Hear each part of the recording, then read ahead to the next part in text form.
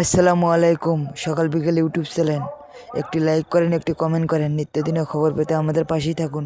Iran মার্কিন ইসরায়েলের যৌথ হামলার পর মধ্যপ্রাচ্যের দেশগুলোতে থাকা মার্কিন ঘাঁটিতে পাল্টা হামলা চালাচ্ছেন ইরান।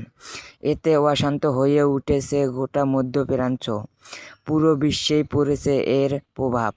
এতে মারাত্মক ঝুঁকিতে বাংলাদেশের শ্রমিক বাজার। বাংলাদেশের মোট জনসংখ্যার ৬৭%, যায় সৌদি আরব, কাতার, কুয়েত, আরব আমির। এই অঞ্চলের অন্যান্য দেশগুলোতে মধ্যপ্রাচ্যের প্রায় প্রতিটি দেশগুলোতে যুদ্ধের পরিস্থিতি, আতঙ্ক, প্রবাসীরা আকাশপথ বন্ধ থাকায় হাজার হাজার প্রবাসী ছুটি শেষে ফিরতে পারছে না কর্মস্থলে।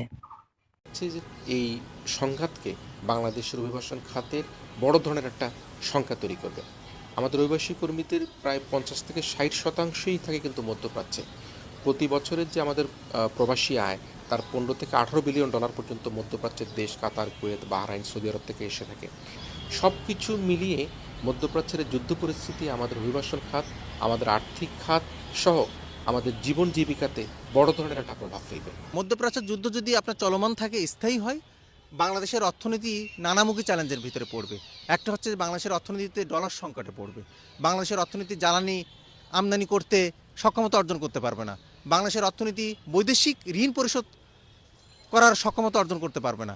বাংলাদেশের শ্রমবাজার সংকুচিত হয়ে গেলে বাংলাদেশের আপনার বেকারত্বের সংখ্যা বেড়ে যাবে। মধ্যপ্রাচ্যের যুদ্ধ যদি আপনার চলমান থাকে, স্থায়ী হয়, বাংলাদেশের অর্থনীতি নানামুখী চ্যালেঞ্জের ভিতরে পড়বে। একটা হচ্ছে বাংলাদেশের অর্থনীতিতে ডলার সংকটে পড়বে।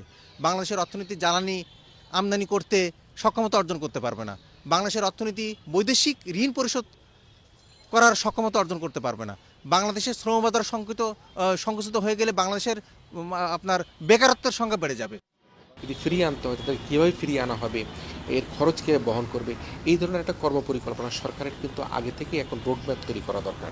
যদি মার্কিন যুক্তরাষ্ট্র অটল থাকে, ইরান অটল থাকে, ইরান যদি প্রতিশোধ নিতে একেবারেই খুব দীপ্ত থাকে, তাহলে কিন্তু মধ্যপ্রাচ্যের যুদ্ধ পরিস্থিতি হয়তো কিছুদিন থাকবে, আবার কয়েকদিন পর কিন্তু সেই ধরনের পরিস্থিতি উস্কে দিবে। তো এই অবস্থায় মধ্যপ্রাচ্যের যে শ্রমবাজার রয়েছে, এর পাশাপাশি আমাদেরকে নতুন শ্রমবাজারের দিকে যেতে হবে। আমরা বলছি আমাদের ইউরোপের শ্রমবাজারের কথা বলছি, জাপানের শ্রমবাজারের কথা বলছি, কোরিয়ার শ্রমবাজারের কথা, দক্ষিণ কোরিয়ার শ্রমবাজারের কথা বলছি।